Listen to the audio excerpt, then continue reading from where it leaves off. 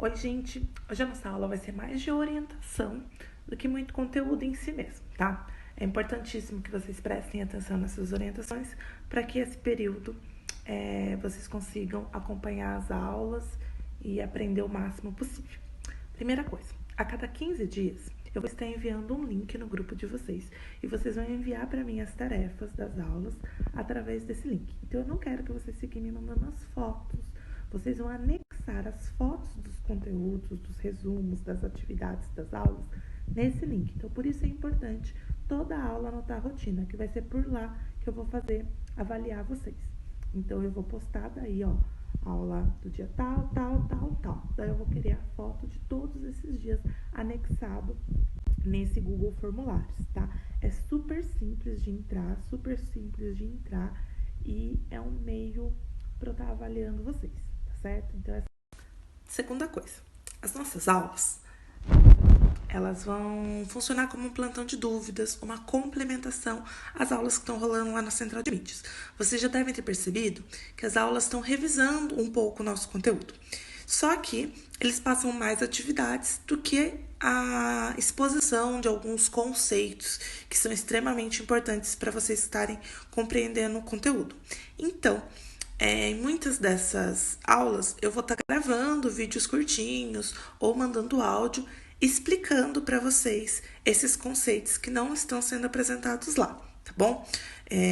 As atividades em si, a maioria delas vão ser por lá mesmo e às vezes algumas que eu vou pedir para complementar aqui, tá certo?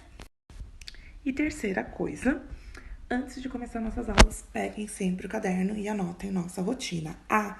Aproveitando, apesar de ser aula de história, a gente não vai ter aula de tecnologia por esse modo.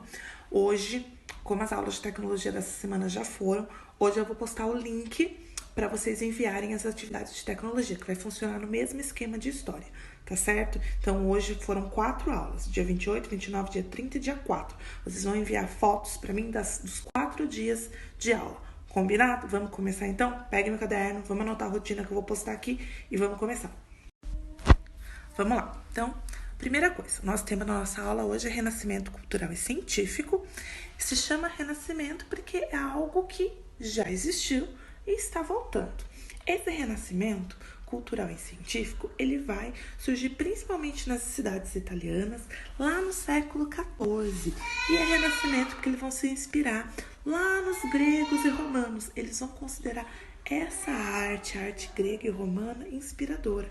E vão colocar como se fosse a arte, a cultura da Idade Média, como segundo escalão, né? Então, eles não querem se inspirar nessa cultura. Então, eles vão buscar inspiração lá nos gregos e romanos.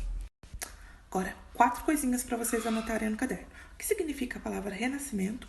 Quando aconteceu o renascimento cultural e científico? Em qual lugar? E em quais povos esses renascentistas se inspiraram? São 2, certo? Respondam aí, tô esperando. Vamos lá, então, checar as respostas, ver se vocês conseguiram responder corretamente? Primeiro, renascimento é algo que já existiu e voltou a existir. Isso significa renascimento. Quando aconteceu? Aconteceu no século XIV. Onde aconteceu? Inicialmente nas cidades italianas e depois se espalhou pela Europa. E por último, quais os povos que eles se inspiraram? Os gregos e os romanos. Muito bem? Checaram aí? Acertaram?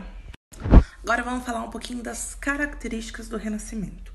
São 1, 2, 3, 4 características. Vamos lá? Primeiro, a valorização dos gregos e romanos, que a professora já comentou. Eles se inspiraram nos gregos e romanos, nas obras, nas artes, nos textos, tantos que foram chamados de humanistas. Eles buscavam traduzir os gregos e romanos para mostrar nessas novas artes essa inspiração, certo? O antropocentrismo, eles viam o homem como centro de tudo, a valorização do homem. Terceira característica, o individualismo. Mas esse individualismo é diferente do individualismo de hoje. Ele é a questão da criatividade, que todo indivíduo ele tem esse potencial criativo. E quarto é uma nova visão de mundo, onde o tempo pertence ao homem e não mais a Deus, né? O maior de Deus, ele está no centro, certo? Então, são 4 características. Anotem aí. Bem, turminha, agora a gente vai se aprofundar um pouquinho. A arte renascentista, ela tinha 2 preocupações principalmente. Primeiro, o realismo, tentar mostrar do corpo humano. E o outro, o domínio da perspectiva. Antes, a maioria das artes renascentistas, medievais, elas eram chapadas, né? Elas não tinham perspectiva. Então, aqui, por exemplo, vocês conseguem ver que tem algo ao fundo, né? Tem uma perspectiva. Agora, as imagens antes não tinha. Agora, as pinturas, a partir do Renascimento, eles vão dominar essa técnica, né? A preocupação com a perspectiva e com o realismo. Os artistas do período renascentista, para produzir suas obras, eles eram bancados pelos mecenas, que eram banqueiros, burgueses, cheios da grana, que bancavam esses artistas, Michelangelo, Leonardo da Vinci, Sandro Botticelli, entre outros, a produzir essas obras maravilhosas que a gente tem até hoje, né? Mona Lisa, a pintura de Vênus, Davi, entre outras, uma dessas, né? Citei algumas delas que a gente já escutou falar, certo?